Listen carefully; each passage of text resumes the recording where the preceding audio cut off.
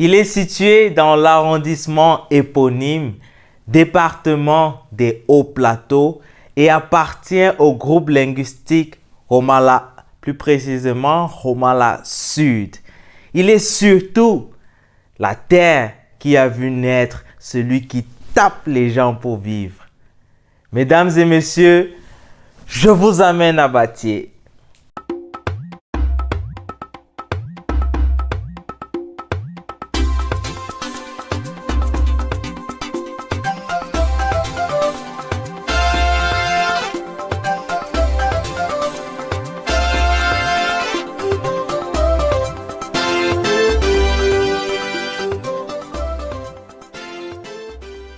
Dans le territoire des Yé, ensuite baptisé Té, puis Batié par les autorités, vivaient 3 grands chefs. Folom, grand forgeron installé à Hiala. Foki, maître dans la construction des clairières installé à Nzang. Et Foye, voyant de grande réputation installé à Feu. Entre ces 3 rois, existait une relation de complémentarité. Quoique vivant indépendamment l'un de l'autre, ces 3 rois se rencontraient lorsque nécessité s'imposait. Folom livrait Foki et Foye des armes pour la chasse. Foki partageait son savoir-faire avec les autres dans la construction des clairières, tandis que Foye était le médecin des familles Folom et Foki. Tatomchap, le chasseur rusé qui vit la fascination qu'il exerçait sur les rois locaux, décida de tourner cette situation en sa faveur. Pour ce faire, il fallait procéder subtilement et en étapes. C'est d'abord sur Folom qu'il jeta son dévolu. Il faut rappeler qu'à l'époque, le vol est interdit et sanctionné par la peine capitale. Par une nuit, Tatomchap et ses hommes de main et futurs collaborateurs décidèrent d'attacher une chèvre dans la concession de Folom. Le lendemain, ils accuseront Folom de vol et l'enterreront jusqu'au niveau des hanches. Ils lui exigeront par la suite de leur offrir son bracelet rouge, le Kwampa, qui représente les attributs du chef. Pour avoir la vie sauve, Folom s'exécutera et perdra ses attributs de chef. La deuxième victime sera Foki, roi des clairières.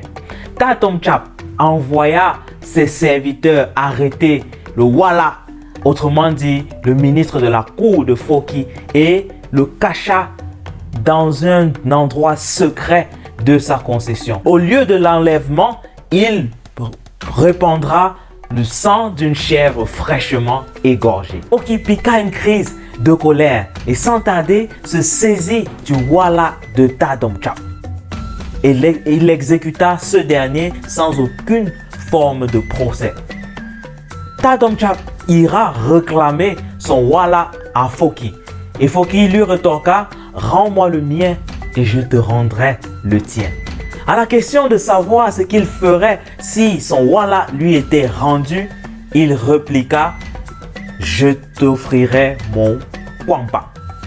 Alors, son Wala lui a été remis sain et sauf. Stupéfait, Foki céda son Kwampa. Conscient du capital de confiance qu'il avait accumulé, Tatomchap ne cacha plus ses intentions de devenir seul souverain de toute la contrée. C'est ainsi que devant la résistance de Foye, qui n'était pas aussi coriace que ses pairs, Tatomchap le brutalisa et le contraignit à lui-même transporter ses pierres sacrées. Tatomchap pouvait donc s'imposer en tant que le tout premier roi de Batié. Le roi Théodore Chouankap Dada, qui succéda à son père Victor Dada en 1989, est le 15e chef supérieur de Batié. En dehors de l'agriculture et du commerce, l'économie de Batié repose aussi sur ses mines de sable ouvertes sur les flancs de ces montagnes. C'est cette richesse en sable qui a donné le nom de l'équipe de football de ce royaume, le Sable de Batié, qui est devenu en 1999 champion du Cameroun. À Batié, vous aurez l'opportunité de visiter le col le plus connu du Cameroun, le col Batié.